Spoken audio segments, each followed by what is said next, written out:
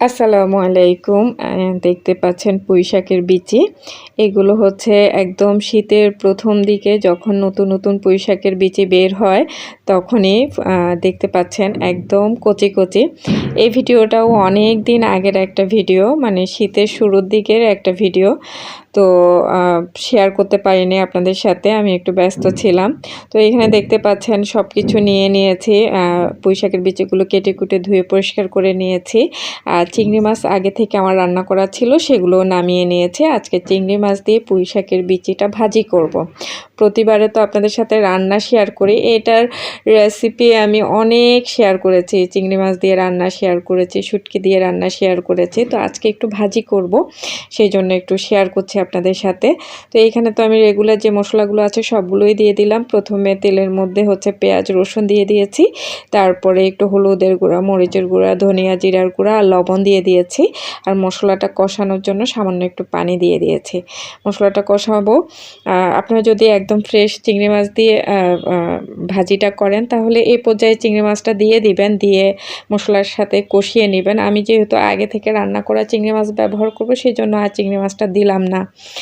এখন মশলা কষানো হয়ে গিয়েছে, পুঁই বিচিগুলো দিয়ে দিলাম, সাথে একটা আলুও দিয়েছি, দেখতেই পাচ্ছেন। তো এখন নেড়ে চেড়ে একদম কষিয়ে পরে বিচিগুলো আপনারা চাইলে পানি না দিয়েও আস্তে আস্তে এটা ভেজে নিতে পারেন। আমার যেহেতু একটু তাড়াহুড়া ছিল, তো আমি সামান্য একটু পানি দিয়েছি, দিয়ে এটা হচ্ছে যে একদম ভাজা ভাজা করে নেব আর কি। তো এটা আসলে গরম ভাতের সাথে খেতে খুবই ভালো লাগে। আর তাছাড়া হচ্ছে এটার মধ্যে প্রচুর পরিমাণে পুষ্টি আছে। আর আমাদের বাসায় হচ্ছে যে আরিব ওর বাবা দুইজনেই খুব পছন্দ করে এই পুঁইশাকের বিচিটা। তো আমাদের প্রায় খাওয়া হয়। এই বিচিগুলো রান্না করার পরেও আরও 2-3 বার আনা হয়েছিল, ওগুলো রান্না করে খাওয়াও হয়ে গেছে, কিন্তু এই ভিডিওটা আর আপনাদের সাথে শেয়ার করা হয়নি। তার কারণ হচ্ছে আমার ছেলেটার পরীক্ষা চলছে, ওর সাথে একটু বসে থাকতে হয় আমার। এই জন্য হচ্ছে যে আমার দুনিয়াদারি একদিকে আর আমার ছেলেটা হচ্ছে একদিকে। তো সেই জন্যই আমার সব কিছুই বন্ধ করে দিয়ে এডিট করা, তারপরে ঘোরাঘুরি সব কিছু বাদ দিয়ে আমার ছেলেটাকে একটু সময় দিয়েছি। তো যাই হোক, আপনারা সবাই আমার ছেলেটার জন্য দোয়া করবেন। ওর টেস্ট পরীক্ষা চলছে আর কি, এখনও শেষ হয়নি, আরও 2-3টা পরীক্ষা বাকি আছে।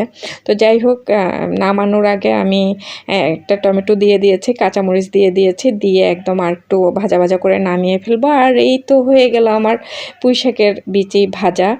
আপনারা এরকম করে ট্রাই করে দেখতে পারবেন। এখন আসলে শেষের দিকে এখন পাকা শুরু করেছে, আপনারা ওই বিচিগুলো নিয়েও এভাবে ভেজে খেতে পারেন, খুবই মজা হয়। যারা পছন্দ করেন আর কি এই ধরনের খাবারগুলো, তাদের কাছে অনেক বেশি ভালো লাগবে। আমাদের তো অনেক বেশি পছন্দের একটা খাবার হচ্ছে পুঁইশাকের বিচি। তো সেই জন্য আপনাদের সাথে শেয়ার করলাম। আর খেতে খেতে আপনাদের কাছ থেকে বিদায় নিব। সবাই ভালো থাকবেন, সুস্থ থাকবেন, আর আমার পাশে থাকবেন। আমি যখনই ভিডিও দিব আপনাদের সাপোর্ট কামনা করছি। তো আজকের মতো এখানে বিদায় নিচ্ছি। আল্লাহ হাফিজ, আসসালামু আলাইকুম।